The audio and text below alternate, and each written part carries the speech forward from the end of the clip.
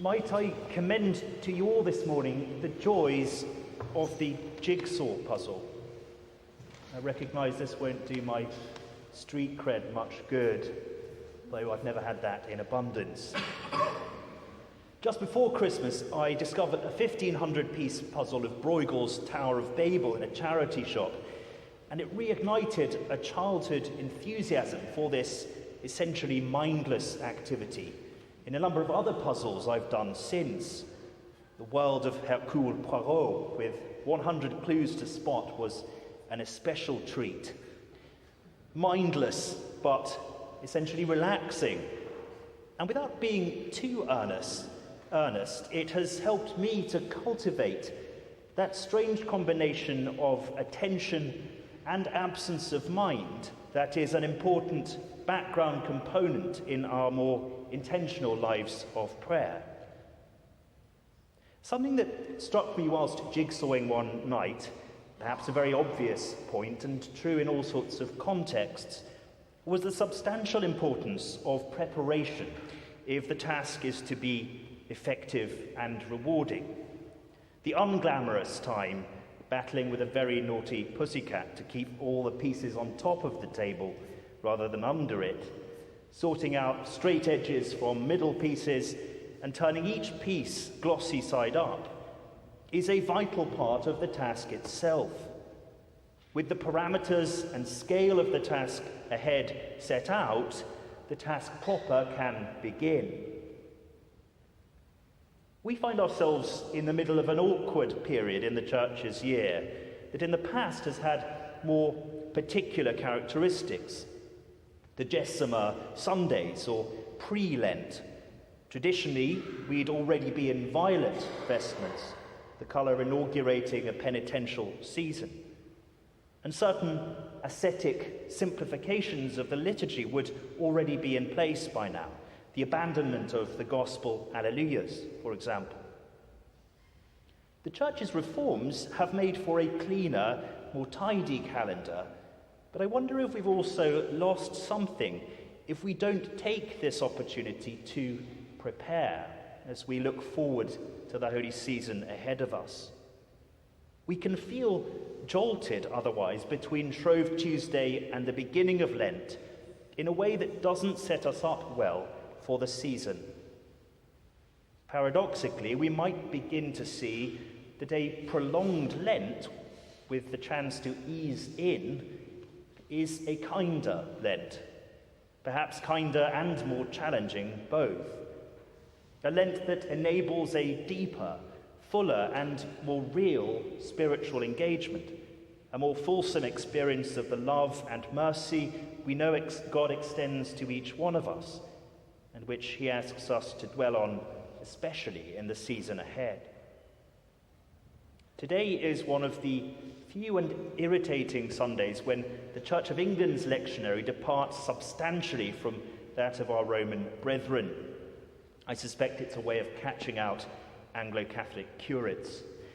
Whilst we have Luke's account of the stilling of the sea here this morning, they hear the evangelist's rendition of some of the Lord's most iconic teachings. Treat others as you wish to be treated. Turn the other cheek. Lend without hope of repayment. Two very different gospel scenes, asking for two very different sermons, except, of course, that they are essentially connected. Jesus' radical teaching, turning the world on its head as it does, has authority and power because he is the one whom even the sea and the wind obey, in that thundering resonance with Psalm 65. Genesis and Gospel both relate the great I am, the loving principle of creation, of all that is. Our Gospel is a wake-up call for us today. Who is this that even the wind and the sea obeys him?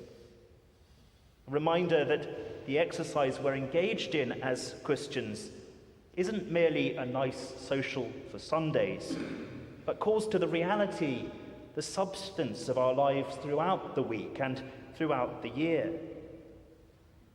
That's why it's important in the 10 days left to us before Lent proper to begin to take account of ourselves, of the reality of ourselves which God knows and loves and calls us through and beyond.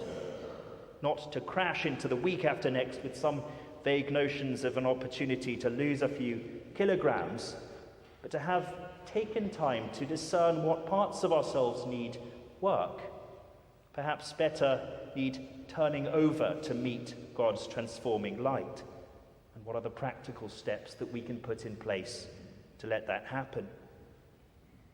We might ask ourselves what the relationships are that we need to pay attention to, what difficult conversations and perhaps confrontations are overdue, and how do we steel ourselves so that we're best placed to do that sustainably and kindly?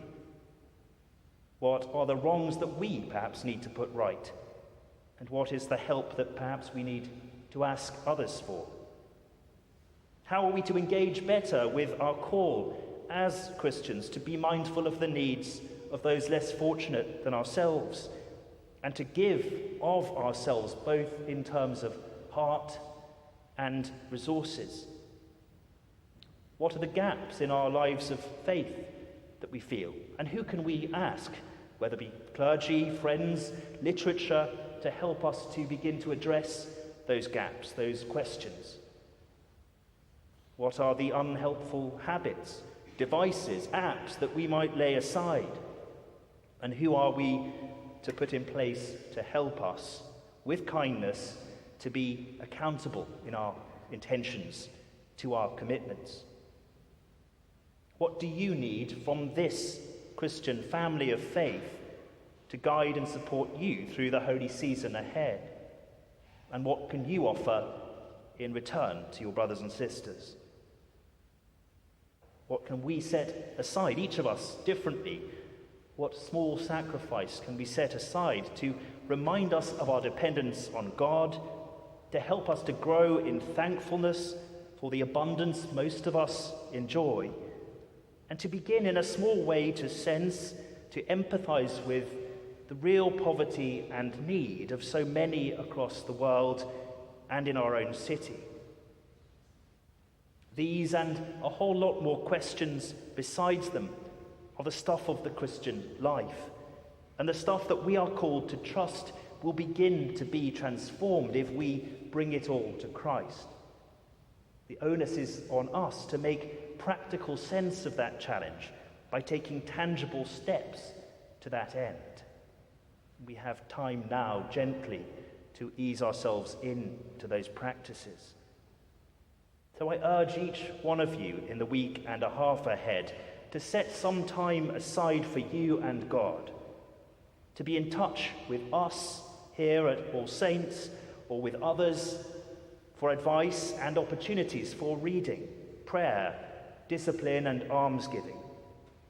It will be different for all of us, and therefore real for each of us. And as a start, I ask you this week to go away and pray during the days ahead, quietly but by name, for a small handful of the women and men whom you sit alongside week by week. Take those names away and keep them in your heart, on your lips, in your prayers this week. Let's take to heart the substantial reality of our adventure together as Christians and support one another as we seek to make the best of this opportunity ahead, to trust in Christ's power, to be transformed by his love, and to step up to his challenge.